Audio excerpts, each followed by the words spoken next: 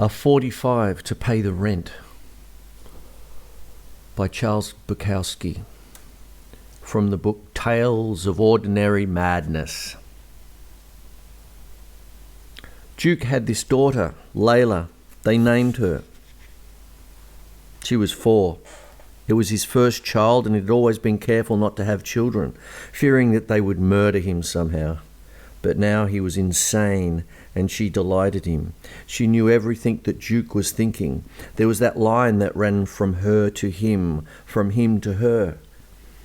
Duke was in the supermarket with Layla, and they talked back and forth, saying things. They talked about everything, and she told him everything she knew, and she knew very much instinctively.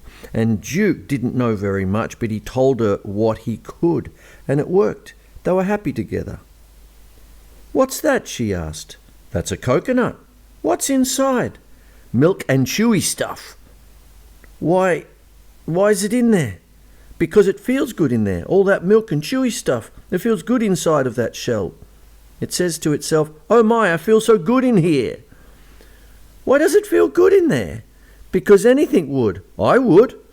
"No, you wouldn't. You wouldn't be able to drive your car from inside of there. You wouldn't be able to see me from inside there. You wouldn't be able to eat bacon and eggs from inside of there."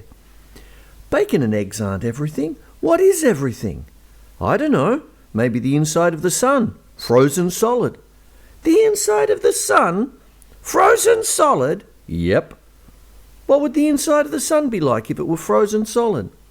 "Well, the sun's supposed to be this ball of fire, and I don't think the scientists would agree with me, but I think it would be like this." Duke picked up an avocado. "Wow! Yeah, that's what an avocado is. Frozen sun. We eat the sun and then we walk around feeling warm." "Is the sun in all that beer you drink?" "Yes, it is." "Is the sun inside of me?" "More than anybody I have ever known. And I think you got a great big sun inside of you." "Thank you, my love." They walked around and finished their shopping. Duke didn't select anything. Layla filled the basket with whatever she wished. Some of it you couldn't eat. Balloons, crayons, a toy gun, a spaceman with a parachute that flipped out of his back when you shot him into the sky. Hell of a spaceman. Layla didn't like the woman cashier. She gave the most serious frown to the cashier. Poor woman, her face had been scooped out and emptied. She was a horror show and she didn't even know it. "Hello, little sweetie," the cashier said. Layla didn't answer. Duke didn't prompt her to. They paid their money and walked to the car. "They take our money," said Layla. "Yes. And then you have to go to work at night and make more money." "I don't like you going away at night. I want to play mama. I want to be mama and you be the baby." "Okay, I'll be the baby right now. How's that, mama?" "Okay, baby, can you drive the car?" "I can try." Then they were in the car, driving. Some son of a bitch hit his throttle and tried to ram them as they made a left turn. "Baby, why do people try to hit us with their cars?" "Well, mama, it's because they are unhappy, and unhappy people like to hurt things." "Aren't there any happy people?" "There are many people who pretend that they are happy." "Why?" "Because they are ashamed and frightened and don't have the guts to admit it." "Are you frightened?" "I only have the guts to admit it to you. I'm so goddamn scared, mama, that I think I'm going to die any minute." "Baby, do you want your bottle?" "Yes, mama, but let's wait until we get home." They drove along, turned right on Normandy. It was harder for them to hit you when you were turning right. "You're going to work tonight, baby?" "Yes." "Why do you work nights?" "It's darker. People can't see me." "Why don't you want people to see you?" "Because if they do, I might get caught and put in jail." "What's jail?" "Everything's jail." "I'm not jail." They parked and took the groceries inside. "Mama," Layla said, "we got groceries. Frozen suns, spacemen, everything." "Mama," they called her Mag. Mama said, "That's fine." Then to Duke, "Damn it, I wish you didn't have to go out tonight. I've got that feeling." "Don't do it, Duke." "You've got that feeling, honey? I get that feeling every time. It's part of the thing. I've got to do it. We're tapped out. The kid threw everything into that basket from canned ham to caviar. Well, Christ, can't you control the kid? I want her to be happy. She won't be happy with you in stir. Look, Mag, in my profession, you've just got to figure on doing a certain amount of time. You don't sweat it, that's all there is to it. I've done a bit of time. I've been luckier than most. How about some kind of honest job? Babe, it beats working a punch press, and there aren't any honest jobs. You die one way or the other, and I'm already along my little road. I'm some kind of dentist, say, pulling teeth out of society. It's all I know how to do. It's too late. And you know how they treat ex-cons. You know what they do to you. I've told you. I know what you've told me, but, said Duke. God damn you, let me finish. Finish then. These industrial cocksuckers of slaves who live in Beverly Hills and Malibu, these guys specialise in rehabilitating cons, ex-cons. It makes that shit parole smell like roses. It's a hype. Slave labour. The parole boards know it, they know it, we know it. Save money for the state, make money for somebody else. Shit. All shit. Everything. Make you work triple the average man while they rob everything within the law. Sell them crap for 10 or 20 times its actual value. But it's within the law. Their law. God damn, I've heard this so many times. And God damn if you're not going to hear it again. You think I can see or feel anything? You think I should keep quiet? Even to my own wife? You are my wife, aren't you? Don't we fuck? Don't we live together? Don't we? You're the one who fucked up. Now you're crying. Fuck you! I made a mistake, a technical error. I was young. I didn't understand their chicken shit rules. And now you're trying to justify your idiocy? Hey, that's good. I like that, little wifey. You're nothing but on the White House steps, wide open and mentally sift.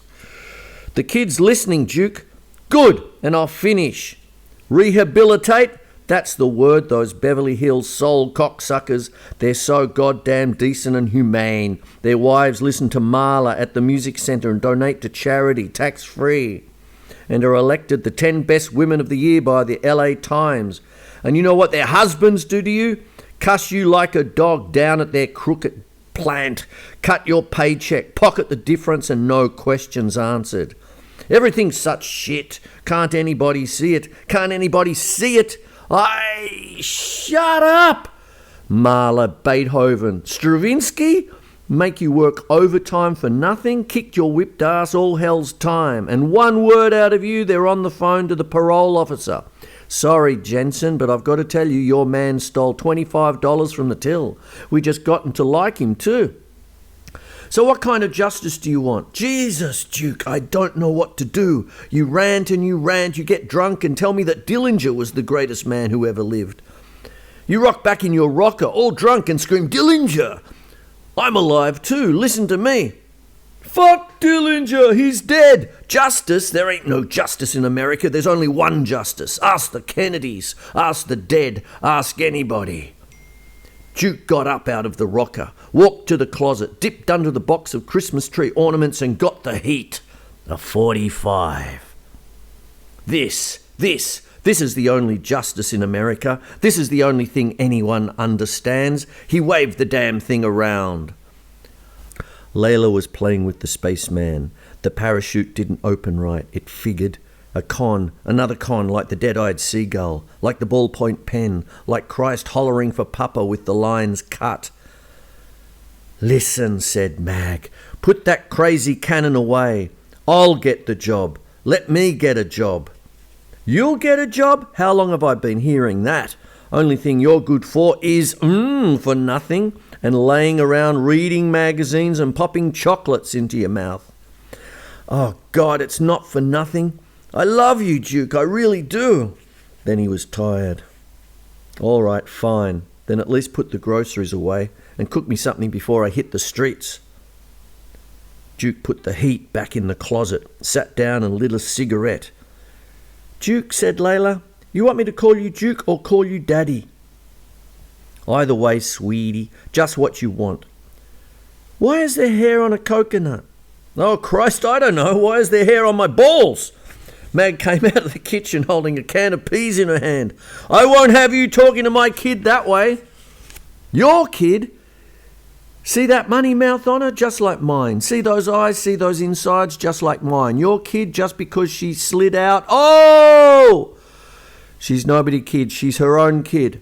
I insist, said Mag, that you don't talk around the child like that. You insist? You insist? Yes, I do. She held the can of peas in the air, balanced in the palm of her left hand. I insist.